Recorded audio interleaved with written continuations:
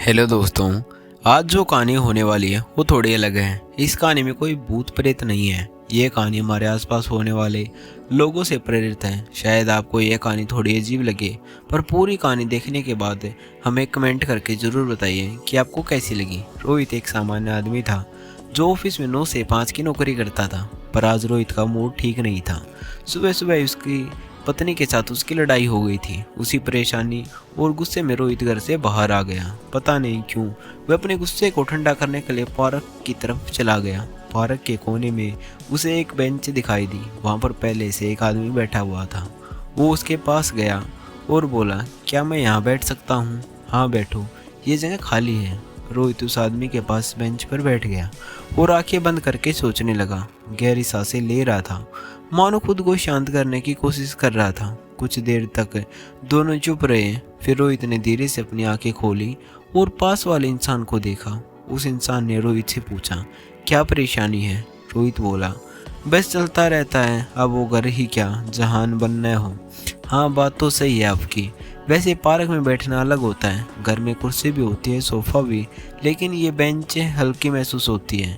ये फर्श दिल से ज़्यादा करीब होता है। यहाँ कोई आसन, कोई स्टेटस नहीं होता, सब एक जैसे बैठते हैं। रोहित ने उसका नाम पूछा। उसका नाम आदित्य था। दोनों एक पल के लिए चुप हो गए और पार्क में खेलते हुए लोगों को देखा। तभी रोहित का फ़ोन बजा। जेब से निकाला और स्क्रीन पर लिखा देखा, मेरी प्यारी नेहा। रोहित ने कॉल काट दी और फ़ोन जेब में रख लिया। पैसे फिर से कमाए जा सकते हैं, उसने सोचा। फिर उसने आदित्य की तरफ देखा। आपने कुछ कहा भाई साहब? आज के समय में पैसा कमाना कोई मुश्किल बात नहीं है, बस सही हुनर और काबिलियत हो और आप कोई भी काम कर सकते हैं। हाँ, लोग आजकल वीडियो बनाकर पैसा कमा रहे हैं। कोई चाय बेचकर अपने परिवार का पेट पाल रहा है। मैंने भी जीरो से शुरू किया, लाखों कमाए, अपना छोटा सा साम्राज्य बनाया। फिर एक दिन सब खत्म, बिजनेस, लोग, भरोसा। फिर सोचा पैसा तो फिर आ जाएगा, लेकिन जो टूट गया वो था घर का सुकून। जो अपने लगते थे उन्होंने मेरी तरफ देखना तक बंद कर दिया। मुझे लगता है मैं समझ रहा हूँ आपकी बात। इंसान दुनिया का कोई भी लड़ाई जीत सकता है, पर जब उसके घर और अपनों पर आती है तो वह सबसे पहले वहीं हार जाता है। अकेलेपन का सबसे बुरा रूप वो होता है जो भीड़ के बीच में महसूस होता है। क्या आप अकेले रहते हो? मेरे घर में लोग हैं, पर मैं फिर भी तन्हा हूँ। ये सब आदित्य कह रहा था। आप अजीब बातें कर रहे हो। इतनी गहरी बात पहले मुलाकात में कौन करता है? अजनबी, क्योंकि अजनबी से बात करके तुम अपना बोझ उतार सकते हो, बिना इस डर के कि कल तुमसे कोई उम्मीद लगाने लगे। आप कहना चाहते हो कि रिश्तों में उम्मीद नहीं होनी चाहिए? रोहित बोला।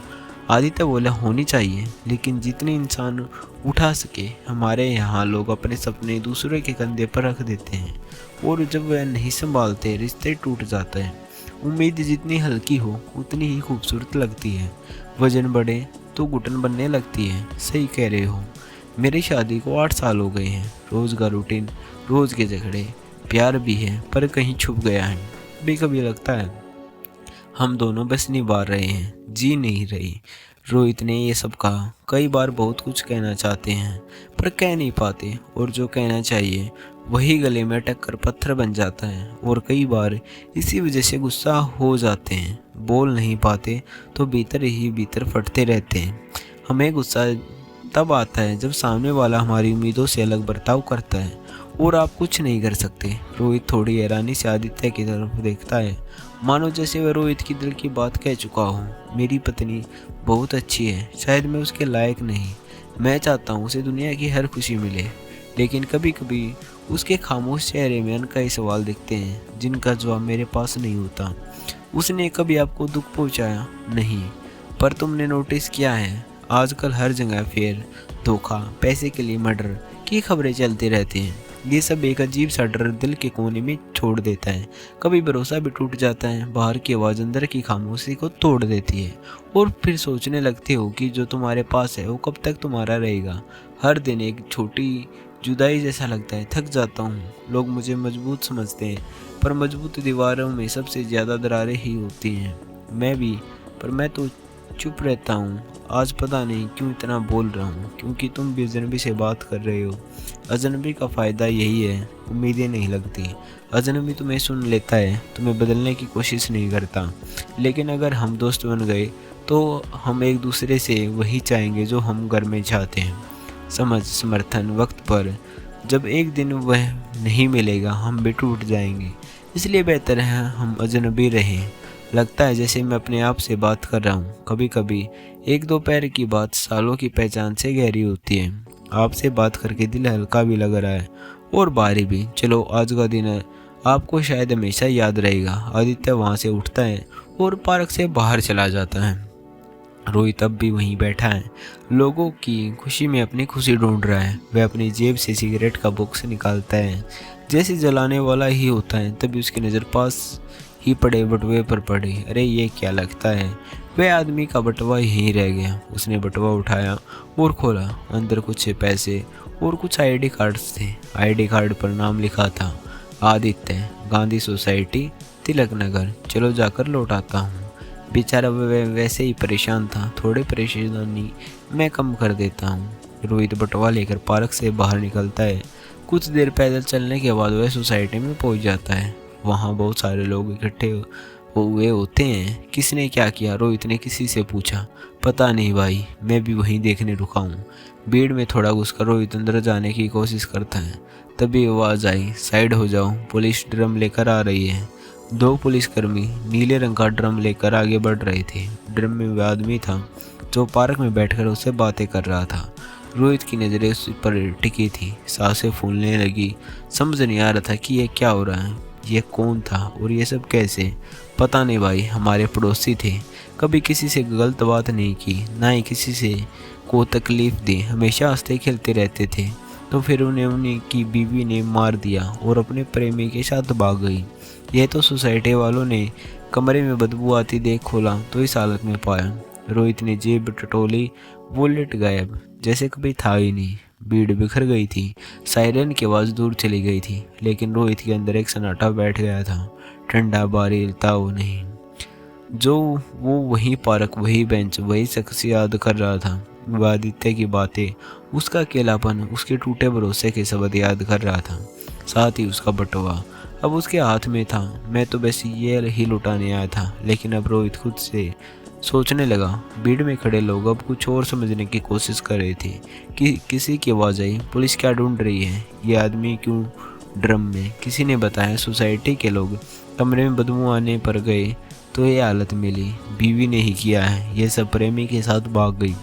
रोहित अंदर जाने की कोशिश कर रहा था, लेकिन पुलिस और भीड़ ने रास्ता रोक रखा था। वह बटुआ अपने हाथ में कसकर पकड़े हुए था। मन में सवाल उठ रहे थे, क्या मैं अब बीए लौटा दूं या कुछ और करना चाहिए। वह सोच ही रहा था कि तभी एक पुलिसकर्मी ने उसे रोका। आप कौन, बाहर रहे। रोहित ने धीरे से कहा, मुझे बस ये वापस देना, ये उसका बटुआ है। पुलिस ने बटुआ देखकर सिर हिलाया और कहा, ठीक है, अंदर भेज दो। रोहित भीड़ में घुसा और एक कमरे की ओर गया। कमरे के दरवाजे पर पुलिस ने उसे रोका, यहाँ अंदर मत आइए। लेकिन रोहित ने कहा, बस बटुआ वापस करना, मैं कोई खतरा नहीं हूँ। पुलिस ने उसे अंदर भेज दिया। कमरे में कदम रखते ही रोहित की नज़र ड्रम पर पड़ी। वहाँ आदित्य का शव पड़ा था। चेहरे पर अब भी वह खामोशी थी जो पार्क में बैठकर उसने साझा की थी।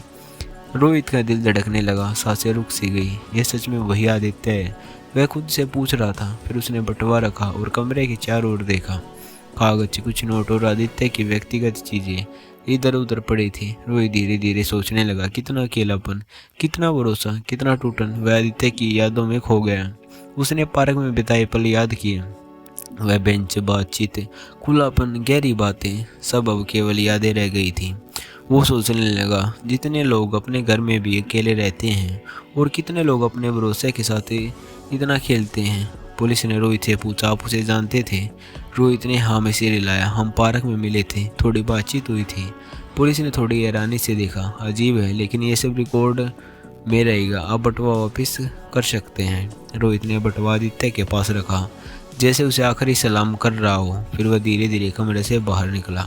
भीड़ अब शांत हो रही थी। लोगों के चेहरे पर आश्चर्य और डर मिश्रित था। रोहित बाहर आया और गहरी सांस ली। उसके मन में कई सवाल थे। क्या आपने अपने घर के भीतर दूसरे के भरोसे को तोड़ा है? क्या लोग अपने स्वार्थ और लालच के लिए अपनों को भूल जाते हैं? वह सोच रहा था कि जीवन कितना नाजुक है। अकेलेपन की भावनाएं कभी भी दिखते नहीं, पर अंदर से इंसान को तोड़ देती हैं। रोहित ने पार्क की ओर देखा। वहाँ वही बेंच थी जहाँ आदित्य ने से उसकी पहली बातचीत हुई थी। वह बेंच अब शांत थी पर यादें जीवित थी। रोहित धीरे धीरे पार्क की ओर बढ़ा। रास्ते में उसने बच्चों को खेलते देखा। लोग अपने कुत्तों के साथ घूम रहे थे।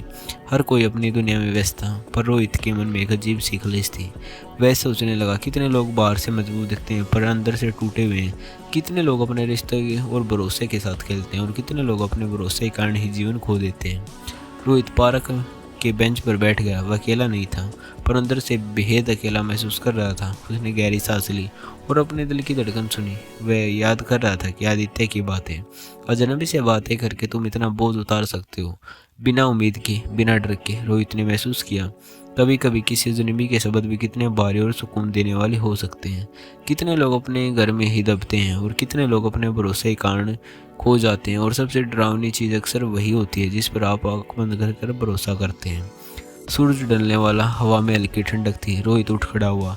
उसने पार्क को पीछे देखा, बेंच को देखा और आदित्य की यादों को दिल में बसा लिया। उसने फैसला किया, मैं अपने रिश्ते को फिर से नहीं तोड़ूंगा। मैं अपने भरोसे और अपने प्यार की कदर करूंगा और जो भी दर्द है उसे सिर्फ यादों में रखूंगा, लेकिन अपने भविष्य के लिए सीखूंगा। रोहित धीरे धीरे अपने घर की तरफ चल दिया। हर कदम के उसके मन में एक नई समझ थी। इस दुनिया में इंसान ही इंसान से सबसे बड़ा खतरा बन सकता है और कभी कभी उसे डरावनी चीज़ कोई राक्षस नहीं बल्कि वे वही लोग होते हैं जो अपने होने का मुखौटा पहनकर बैठे होते हैं। घर पहुंचते ही उसने दरवाज़ा खोला। नेहा, उसकी पत्नी, अंदर थी। वो कुछ कहने वाली थी कि रोहित ने उसे देखकर कहा, हमेशा के लिए भरोसा करना सीखना होगा, पर सही जगह पर और सही लोगों के साथ। नेहा ने मुस्कुराते हुए सिर हिलाया। रोहित ने गहरी सांस ली। आज की घटना ने उसे सिखा दिया था कि जीवन में भरोसा, अकेलापन और प्यार कितना नाजुक होता है और इसे संभालना हर इंसान की जिम्मेदारी है। रोहित ने अपने कमरे में कदम रखा। सन्नाटा था पर अब उसका मन हल्का था। वह जान गया था कि अपने भरोसे और रिश्ते की कदर करनी है ही जीवन का सबसे बड़ा पाठ है। पता नहीं क्यों, लेकिन आज का दिन उसे हमेशा याद रहेगा। आदित्य की बातें, उसकी अकेली बातें, उसकी उम्मीदें और टूटे हुए भरोसे की कहानी रोहित के दिल में हमेशा जीवित रहेगी। दोस्तों, आपको ये कहानी कैसी लगी हमें कमेंट करके ज़रूर बताना और वीडियो को लाइक और चैनल को सब्सक्राइब करना न भूलें।